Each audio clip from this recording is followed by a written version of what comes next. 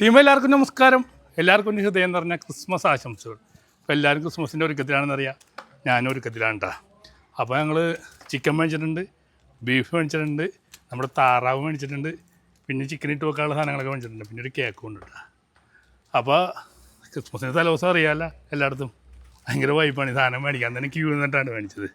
അമ്മച്ചി അവിടെ ഉണ്ട് കേട്ടോ.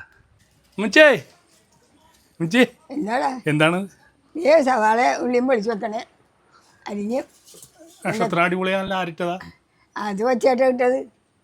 കൊച്ചേട്ടിട്ടാണ് നക്ഷത്രം ഉണ്ട്, എല്ലാ വർഷവും നിങ്ങൾ കാണിക്കുന്നതാ. അടിപൊളിയല്ലേ? എനിക്ക് തോന്നുന്നു കേരളത്തിൽ തന്നെ ഈ ഇങ്ങനത്തെ ഒരു നക്ഷത്രം ആദ്യമായിട്ട് ആയിക്കോളൂ. വെറൈറ്റി കുട്ടിക്കല്ലേ? എന്തൊക്കെയാണെന്ന് പറയാൻ പറ്റുമോ അമ്മച്ചി? കവർ 3 ഉണ്ടല്ലോ. എന്തൊക്കെയാന്ന് വെച്ചാൽ താറാവ്, ചിക്കൻ, മീൻ. മീനില്ല അമ്മച്ചി, ബീഫ് വാങ്ങിച്ചേക്കണം. എന്തിനും ബീഫ് വാങ്ങിച്ചാൽ എനിക്ക് കഴിക്കാൻ പറ്റില്ല, കൊച്ചേട്ടൻ കഴിക്കല്ലേ. കൊച്ചേട്ടൻ മീൻ ശരിയാക്കുന്നുണ്ട്. ബീഫ് കഴിക്കാൻ പാടില്ലട്ടാ. എന്നാലും ക്രിസ്മസ് ആകുമ്പോൾ ബീഫ് വാങ്ങിച്ചിട്ട് എന്ത് ക്രിസ്ത്യാനി അല്ലേ അമ്മച്ചി? ഇത് മറന്നുപോയി.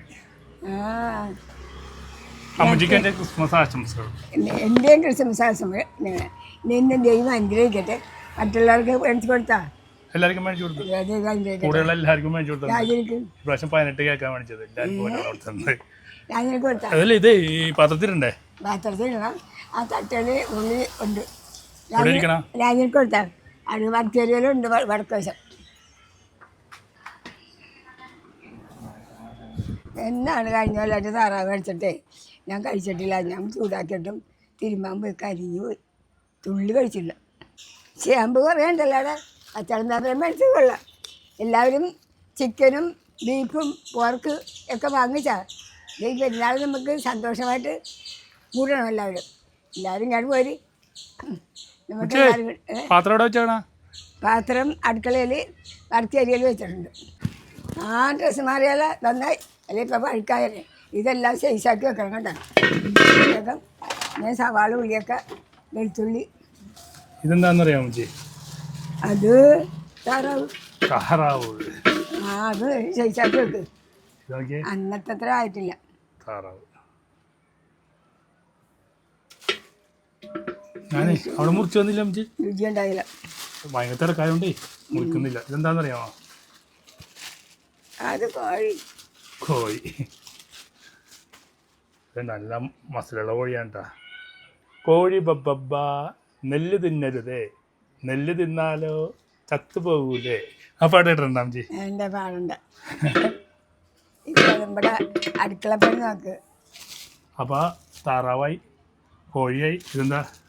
ബീഫ്. ബീഫ് നീ കഴിക്കാൻ വല്ല എന്നിട്ട് വാങ്ങിക്കാൻ ചെയ്യും.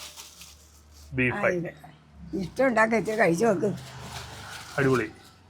ഇനി നമുക്ക് ഉള്ളത് അമ്മച്ചി പറഞ്ഞ കണ്ടിച്ചാമ്പ് വാങ്ങിച്ചിട്ടുണ്ട്, പിന്നെ ഉരുളക്കിഴങ്ങ് വാങ്ങിച്ചിട്ടുണ്ട് ഇട്ട് വെക്കാൻ വേണ്ടി. ഉരുളക്കിഴങ്ങ് ഇവിടെ, കണ്ടിച്ചാമ്പ് ഇവിടെ ഉണ്ടായി. അപ്പോൾ ഇത് കണ്ട, ഇതെല്ലാം ഞാൻ ഒന്ന് റെഡി ആക്കി കൊടുക്കണം, അരിഞ്ഞു കൊടുക്കണം. ഇനി സാധാരണ നമ്മൾ അവിടെ നിന്ന് മേടിക്കുമ്പോൾ അരിഞ്ഞ് തന്നെ. അപ്പോൾ ഇന്ന് ഭയങ്കര ക്യൂ ആണ്. ഇന്ന് അരിഞ്ഞ് നല്ല രക്ഷയില്ല. ഇറച്ചി അരിഞ്ഞ് മേടിച്ചിട്ടാ. അമ്മച്ചി എന്ത് ചെയ്യണം? താറാവ് അമ്മച്ചി ഒന്ന് കഴുകുമോ? താറാവ് എങ്ങനെയുണ്ട് അമ്മച്ചി? താറാവിൻ്റെ തൂവല് വലിക്കുമ്പോൾ മിണ്ടാൻ പാടില്ല. മിണ്ടിയ എന്താണ്? മിണ്ടിയ തൂവല് പൊങ്ങി വരും. വെറുതെ പറയണ പണി എളുപ്പം കഴിയാൻ വേണ്ടി.